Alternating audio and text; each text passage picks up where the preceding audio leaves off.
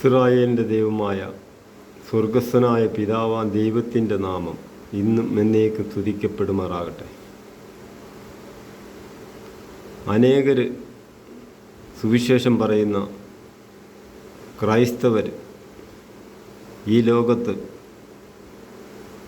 കൂണ് പൊട്ടി മുളയ്ക്കുന്നത് പോലെ അനേകം സുവിശേഷകരാണിപ്പോൾ. ഇവർക്കെല്ലാം പറ്റിയത് ലംഘനങ്ങളാൽ കൂട്ടിച്ചേർത്ത ന്യായപ്രമാണമാണ് ഇവർക്ക് വേണ്ടിയത്. കാര്യം ദ്രവ്യാഗ്രഹ മോഹങ്ങളാലും പല പ്രവൃത്തികളും ചെയ്ത് സുവിശേഷം പറഞ്ഞ് പാവം പിടിച്ച ജനങ്ങളെ തെറ്റിച്ചു കളയുന്നു. അപ്പോസ്തലന്മാരൊക്കെ എഴുതിയിരിക്കുന്ന വചനങ്ങൾ, അപ്പോസ്തലനായ പൗലോസൊക്കെ എഴുതിയിരിക്കുന്ന വചനത്തെ കോട്ടിക്കളഞ്ഞ് ദ്രവ്യാഗ്രഹ മോഹങ്ങളാൽ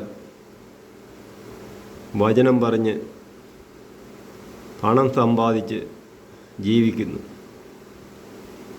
ഇവർക്കെല്ലാം പറ്റിയത് പഴയ ന്യായപ്രമാണത്തിൻ്റെ പ്രവൃത്തിയാണ്. കാര്യം അന്ന് യഹൂദന്മാർ തെറ്റുകൾ ചെയ്യും,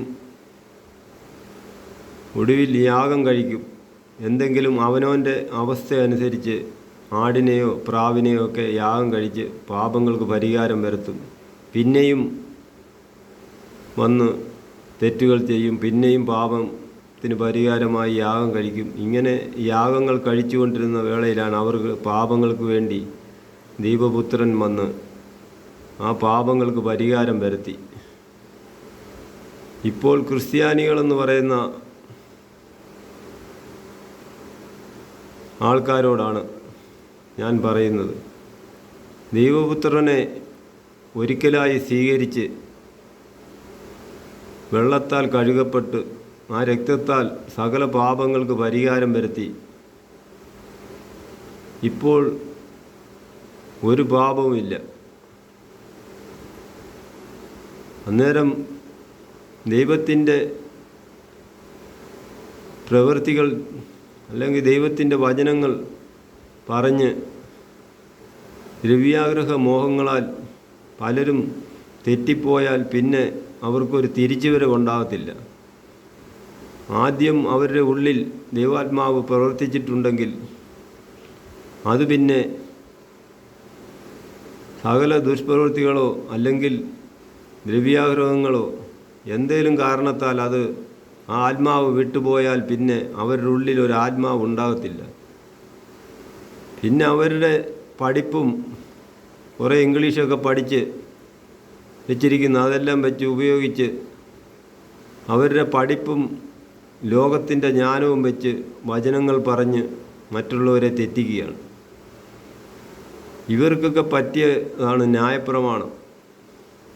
തെറ്റ് ചെയ്തിട്ട് തിരിച്ചു വരാം, പിന്നെയും തെറ്റ് ചെയ്തിട്ട് യാഗം കഴിച്ചാൽ മതി, തിരിച്ചു വരാം. ദൈവപുത്രനെ ഒരിക്കലായി സ്വീകരിച്ചിട്ട് അവൻ ഏത് തെറ്റിൽ പോയാലും അവന് പിന്നൊരു തിരിച്ചുവരവ് ഉണ്ടാകത്തില്ല. അതാണ് ബൈബിൾ പഠിപ്പിക്കുന്നത്. ദൈവത്തിൻ്റെ സകല ആത്മീയ അനുഗ്രഹങ്ങളും പ്രാപിച്ചിട്ട് പിന്നെ അവൻ തെറ്റിപ്പോയാൽ, ഏതെങ്കിലും കാരണത്താൽ തെറ്റിപ്പോയാൽ പിന്നെ അവനൊരു തിരിച്ചുവരവ് ഉണ്ടാകാൻ ബുദ്ധിമുട്ടാണ്. അപ്പോൾ പഴയ നിയമത്തിലെ രാജാവായ ശൗലിന് പറ്റിയ പോലിരിക്കും. കാര്യം ശൗല് 2 വട്ടം ദൈവം അവനോട് കൽപ്പിച്ച കാര്യങ്ങൾ അവന് അനുസരിച്ചില്ല. അത് കാരണം അവനിൽ നിന്നും ആ ആത്മാവ് എടുക്കപ്പെട്ടു. അത് കഴിഞ്ഞു അവൻ രാജാവായിട്ട് കുറച്ച് നാൾ ഭരണം നടത്തി. അവൻ്റെ ഉള്ളിൽ ആത്മാവില്ല, ദൈവത്തിൻ്റെ ആത്മാവില്ലാതെ അവൻ്റെ പടയാളികളൊക്കെയായി നടന്ന് രാജ്യം ഭരിച്ചു. അതുപോലെ തന്നെയാണ് ഇപ്പോൾ പ്രസംഗിച്ചുകൊണ്ട് നടക്കുന്ന പലരുടെയും ആത്മാക്കൾ നഷ്ടപ്പെട്ടിരിക്കുകയാണ്. അവരുടെ ബുദ്ധിയും അറിവും ഈ ലോകത്തിൻ്റെ അറിവും ഒക്കെ വെച്ച് വചനങ്ങൾ പറഞ്ഞ് മനുഷ്യരെ തെറ്റിച്ച് കളയുകയാണ്. ദൈവത്തിൻ്റെ വചനം പറയുന്നത് എന്താണ്? 1 കൊരിന്ത്യർ 5ഉം 6ഉം വായിക്കുമ്പോൾ പഠിക്കാൻ കഴിയുന്നത് അതിനകത്ത് പറഞ്ഞിരിക്കുന്ന ഒരു ക്വാളിറ്റിയും ഇല്ലാത്ത സഭകളാണ് ഈ ഇന്ത്യയിൽ നടന്നുകൊണ്ടിരിക്കുന്നത് ഇപ്പോൾ. അത് വായിക്കുമ്പോൾ, അത് മനസ്സിലാക്കുമ്പോൾ ആ 1 കൊരിന്ത്യർ 5-ാം അധ്യായത്തിലും 6-ാം അധ്യായവും വായിച്ചു കഴിയുമ്പോൾ മനസ്സിലാകും, ഇങ്ങനൊരു സഭ പണ്ട് അപ്പോസ്തലന്മാരൊക്കെ വചനങ്ങൾ എഴുതി വെച്ച ആ വചനം ഒഴിച്ചു കഴിഞ്ഞാൽ ഇങ്ങനൊരു സഭ ഇപ്പോൾ ഈ ഇന്ത്യയിൽ തന്നെ ഉണ്ടാകത്തില്ല. പിന്നെ വെളിരാജ്യങ്ങളിൽ എനിക്കറിയില്ല. അനേകരുടെ വീഡിയോകൾ കാണുമ്പോൾ അത് മനസ്സിലാക്കാൻ കഴിയുന്നുണ്ട്. പലരും പല മോഹങ്ങളാലാണ് ദൈവത്തെ വിളിക്കുന്നത്. അപ്പോൾ ഇവരുടെ ഉള്ളിൽ ആത്മാവുണ്ടോ എന്ന് ചോദിച്ചു കഴിഞ്ഞാൽ ആത്മാവില്ലെന്ന് വേണം പറയാൻ. കാര്യം സഭകളിലും പലയിടത്തും പോയി സ്റ്റേജുകളിൽ 2ഉം 3ഉം സ്റ്റേജുകളൊക്കെ പ്രസംഗിച്ച് കൽപ്പനകൾ അനുസരിക്കാതെ പലരെയും തെറ്റിച്ച് കളയുകയാണ്.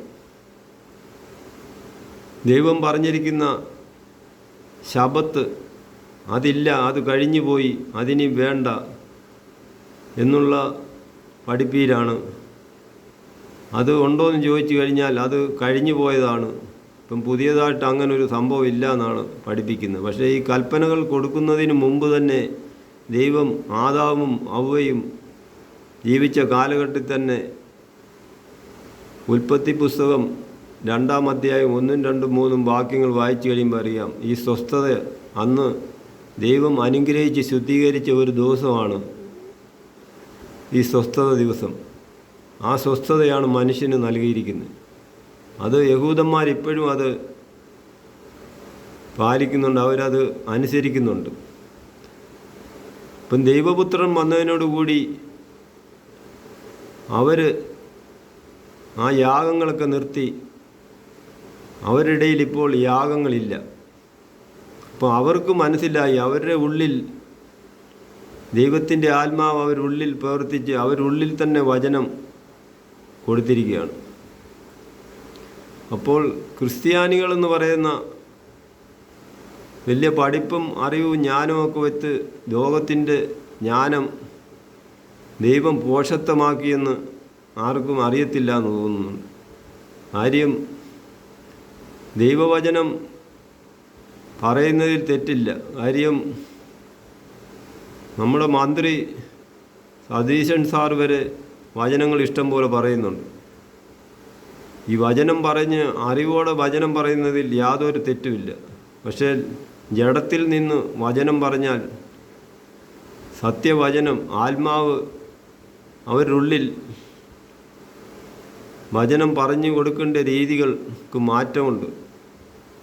കൽപ്പനകൾ അനുസരിക്കണം എന്ന് ബൈബിൾ ഉടനീളം പറയുന്നുണ്ട്. കൽപ്പനകൾ അനുസരിക്കണം, സ്വസ്ഥതയുണ്ട്. ശനിയാഴ്ച ദിവസത്തെയാണ് ശുദ്ധീകരിച്ച് അനുഗ്രഹിച്ചിരിക്കുന്ന ദിവസം, അന്ന് നിങ്ങൾ ആരാധിക്കണം എന്ന് യഹൂദന്മാരോട് പറഞ്ഞിട്ടുണ്ട്. അവരത് ചെയ്യുന്നുണ്ട്. പക്ഷെങ്കിൽ ക്രിസ്ത്യാനികൾ യഹൂദന്മാരെഴുതിയ വചനങ്ങൾ എടുത്തു വച്ച് പ്രസംഗിച്ച് പലരും പല രീതിയിലുള്ള ബുദ്ധിയിൽ അവനോൻ സഭകളൊക്കെ ഉണ്ടാക്കി വെച്ച് പലരും ദൈവവചനത്തെ കൂട്ടിക്കളയാണ്. ദ്രവ്യാഗ്രഹ മോഹങ്ങളാൽ പണമുണ്ടാക്കണം, എങ്ങനെയെങ്കിലും ജീവിക്കണം, തിന്നുകുടിച്ച് ഈ ലോകത്ത് കഴിഞ്ഞുകൂടണം എന്നുള്ള ഒരു വിചാരമാണ്. പക്ഷേ ദൈവവചനം വായിക്കുമ്പോൾ ആത്മാവിന് നിത്യശാന്തി കിട്ടണം. ആത്മാവിന് മരണപ്പെട്ടാൽ ഒരു ശരീരം അവിടെ ഒരുക്കിയിരിക്കുന്നു, തേജസ്സാകുന്ന ശരീരം. അത് പ്രാപിക്കുവാനാണ് ദൈവവചനത്തിൽ ഉടനീളം പറയുന്നത്. ആത്മാവിൻ്റെ കാര്യങ്ങളാണ്, ആത്മാവിൻ്റെ പ്രവൃത്തിയാണ്. അപ്പം ജഡത്തിൽ വസിച്ചുകൊണ്ട് വചനങ്ങൾ പറഞ്ഞ് പലരെയും തെറ്റിച്ച് കളയുന്ന ഈ അന്ത്യകാലത്ത് പിശാചിൻ്റെ തന്ത്രം വലുതാണ്. അത് മനസ്സിലാക്കണമെങ്കിൽ വളരെ ബുദ്ധിമുട്ടാണ്. കാര്യം പിശാചിനറിയാം, ഈ ജഡത്തിൽ നിന്ന് ഇവനൊക്കെ വചനം പറഞ്ഞാൽ അവൻ്റെ ആളാണെന്ന് അവന് മനസ്സിലാകും. ദൈവപുത്രൻ പറഞ്ഞിരിക്കുന്ന മനുഷ്യപുത്രൻ്റെ വരവെങ്കിൽ ആര് വിശ്വാസം കണ്ടെത്തും എന്നാണ് ദൈവപുത്രൻ പറഞ്ഞിരിക്കുന്നത്.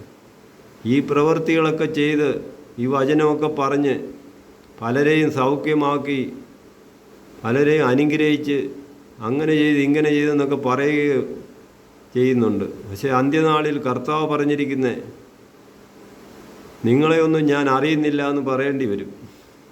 മനുഷ്യപുത്രൻ്റെ വരവെങ്കിൽ ആര് വിശ്വാസം കണ്ടെത്തും എന്ന് പറഞ്ഞ ഒരവസ്ഥയിലാണിപ്പോൾ ഈ ക്രൈസ്തവരുടെ പോക്ക്.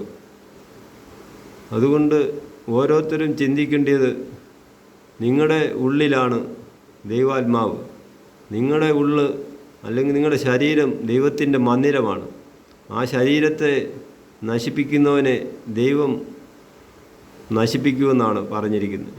അപ്പോൾ ആ ശരീരം കൊണ്ട് ദൈവത്തെ മഹത്വപ്പെടുത്തുക, വചനം വായിച്ച് അതിൽ വിശ്വസിച്ച് മുന്നോട്ട് പോകുവാനാണ്. വചനം വായിച്ച് മനസ്സിലാക്കി മുന്നോട്ട് പോകണം. നിത്യജീവനാണ് വേണ്ടിയതെങ്കിൽ, അല്ലെ ആത്മാവ് രക്ഷപ്പെടണമെന്നുള്ള രീതിയിൽ ആത്മാവിൻ്റെ പ്രവൃത്തികൾ ചെയ്യുക. വചനങ്ങൾ മനസ്സിലാക്കി മുന്നോട്ട് പോകുവാൻ നിങ്ങളെ എല്ലാവരോടും ഞാൻ അതാണ് പറയുന്നത്. ദൈവത്തിൻ്റെ സ്വസ്ഥതയിൽ പ്രവേശിക്കണം. ദൈവത്തിൻ്റെ വചനം ഉടനീളം അതാണ് പറയുന്നത്. അപ്പോസ്തലന്മാരൊക്കെ ആചരിച്ചു പോരുന്ന ദിവസമെന്ന് പറയുന്നത്, വചനങ്ങൾ പറഞ്ഞു കൊടുത്തതും എല്ലാം ശബത്ത് ദിവസമാണ്. ഈ ശബത്ത് ഇല്ല എന്ന് പറയിപ്പിക്കുന്ന ആൾക്കാർ ഏത് ദൈവത്തെയാണ് വിളിക്കുന്നതെന്ന് പരിശോധിക്കേണ്ടതായിട്ടുണ്ട്. ഇസ്രായേലിൻ്റെ ദൈവത്തെയാണ് വിളിക്കുന്നതെങ്കിൽ ഇസ്രായേലിൻ്റെ വചനം അനുസരിക്കണം. പലരും പല സഭകളുണ്ടാക്കി ഓരോരുത്തർ മിടുക്കും സാമർഥ്യവും പഠിപ്പും അറിവും ഒക്കെ വെച്ച് ഓരോ സഭകളുണ്ടാക്കി മറ്റുള്ളവരെ തെറ്റിച്ച് കളയാണ്. അതിൽ നിന്നും വ്യത്യാസമായിട്ട് ചിന്തിക്കുക, ആത്മാവിനെ കളയാതെ ആ നിത്യജീവൻ പ്രാപിക്കണം എന്ന് വെച്ച് ദൈവത്തെ അറിയുകയാണെങ്കിൽ ഈ ലോകത്ത് പല കഷ്ടങ്ങളോ പ്രയാസങ്ങളോ ഒക്കെ ഉണ്ടാകും, പല അസുഖങ്ങളും ഉണ്ടാകും. ദൈവത്തോട് ചേർന്ന് നടന്നു കഴിഞ്ഞാൽ ദൈവം അതിനെല്ലാം പരിഹാരമുണ്ടാകും.